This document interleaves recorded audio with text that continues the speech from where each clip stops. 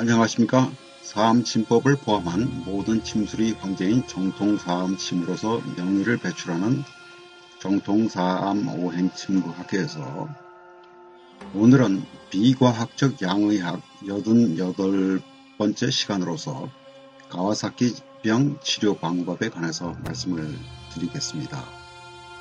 이 아이는 가와사키병에 걸려있는 상태죠. 가와사키병도 간이 건강하지 못하다는 증거가 있고 사암침법을 포함한 모든 침술이 황제인 정통사암침으로서 명의를 배출하는 정통사암오행침구학에서 가와사키병 치료 방법을 공개합니다. 명의가 되기 위해서는 훌륭한 스승을 만나야 합니다. 매달 마지막 토요일 오후 2시 정통사암침 소개 설명회가 있고 예약은 필수입니다. 질병치료 백과사는 137호로 등재가 될 예정이며 참고자료, 원인, 그리고 가와사키병 치료 방법에 관해서 이 순서대로 말씀을 드리도록 하겠습니다.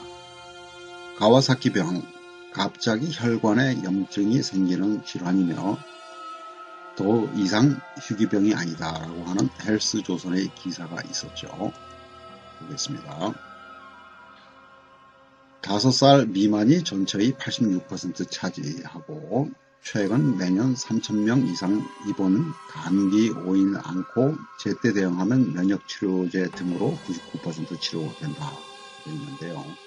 전에는 10만 명당 86명에 있다가 지금은 10만 명당 113명으로 늘었죠. 그러니까 의료 산업이 열심히 일을 해서 환자를 증가시키고 있다는 결론이죠.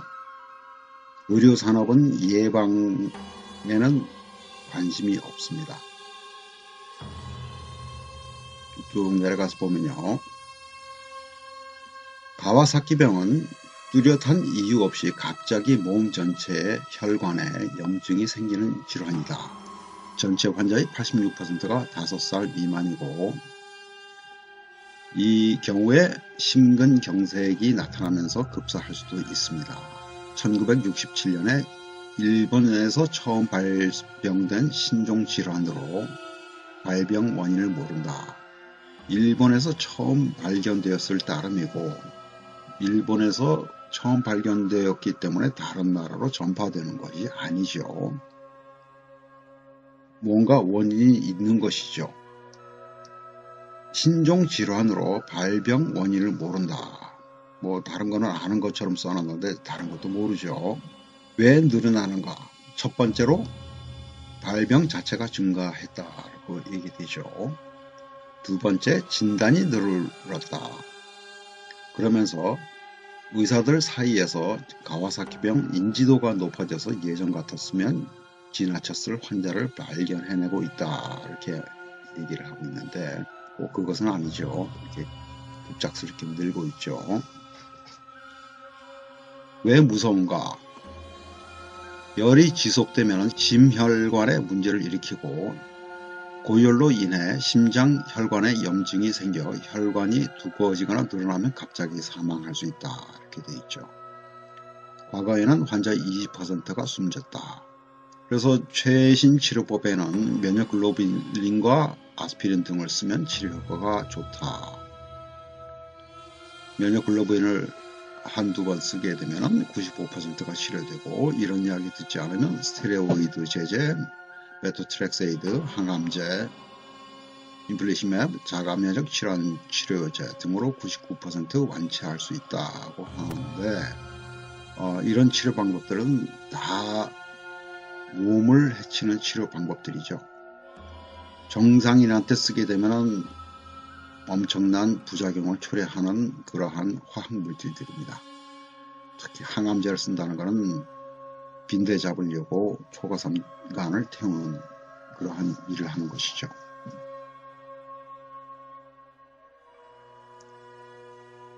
다음 질병백과에서 보도록 하겠습니다. 점막 피부의 림프절 증후군이라고 불리기도 하죠. 여기서 그렇게 설명이 됐죠. 정확한 원인을 모르고 확진 방법이 없다. 그러니까 증상별로 매번 말씀드립니다만 편의상 그렇게 구분을 할 따름이다 이거죠. 대부분 5세 이하의 소아에서 발생한다. 다시 원인은 밝혀지지 않았죠. 유전적, 이건 착각입니다. 유전적인 요인은 전혀 없습니다. 그래서 쭉 나오죠. 증상은 이렇게 되고 이미 설명이 되었는데 양측성 결막충혈, 이걸로 바로 무슨 결론이 생깁니까? 간이 건강하지 못하다는 증거죠. 뭐 기타 증상과 징후는 읽어보시면 되고요. 진단이라고 해봐야 결국은 뭡니까? 아까도 말씀드렸듯이 증상에 따라서 편의상 구분을 했을 따름입니다. 원인은 당연히 모르고 여기도 마찬가지죠. 가장 심각한 합병증은 심장에 발생하는 합병증입니다. 심근염 등의 문제가 생기고 관상동맥에도 이상이 생길 수가 있죠.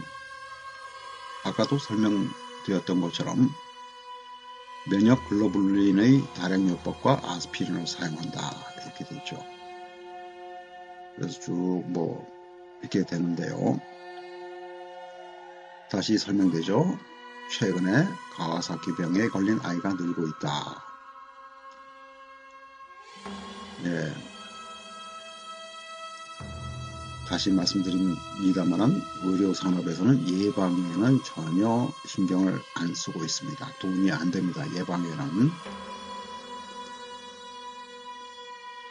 그런데 이것을 조사를 하다 보니까 미국의 CDC 질병예방 및 통제센터죠.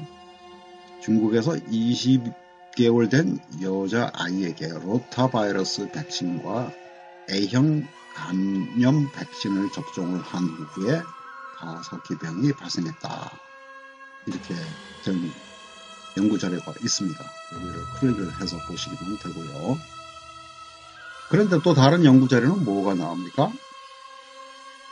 가와사키병에 걸린 어린이의 독특한 면역체제 특성은 백신으로 인한 자극을 포함하여 모든 항원 자극의 특정 방식으로 반응한다는 것을 시사할 수 있으나 백신을 계속 접종해야 된다는 것이죠.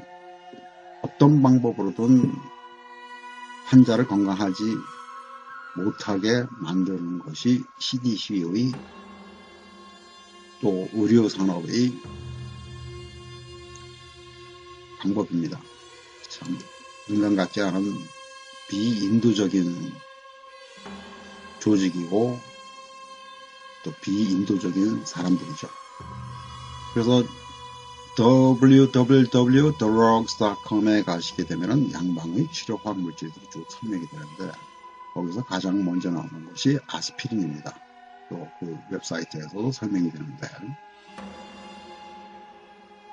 아스피린은 발명된 지 약 100년이 되는데 아직까지도 아스피린이 어떻게 정확하게 작용을 하는지 그 기전을 아직도 모르고 있습니다. 그러니까 과학이 아닙니다. 이러한 효과가 있으니까 그냥 쓰는 것이죠. 그래서 이 아스피린의 부작용을 이렇게 보게 되면 엄청난 양이 있습니다. 그런데 아스피린 맹신자들은 아스피린을 꼭 먹어야 된다고 하죠. 아닙니다. 절대 아닙니다. 그래서 원인을 보게 되면 매번 말씀드립니다만 피해야 될 것들이 GMO, 백신, 위에서도 설명이 드렸죠. 대추인삼, 각종 양방치료, 각종 양방검사, 그러한 것들이 원인이라고 이해를 하셔야 됩니다.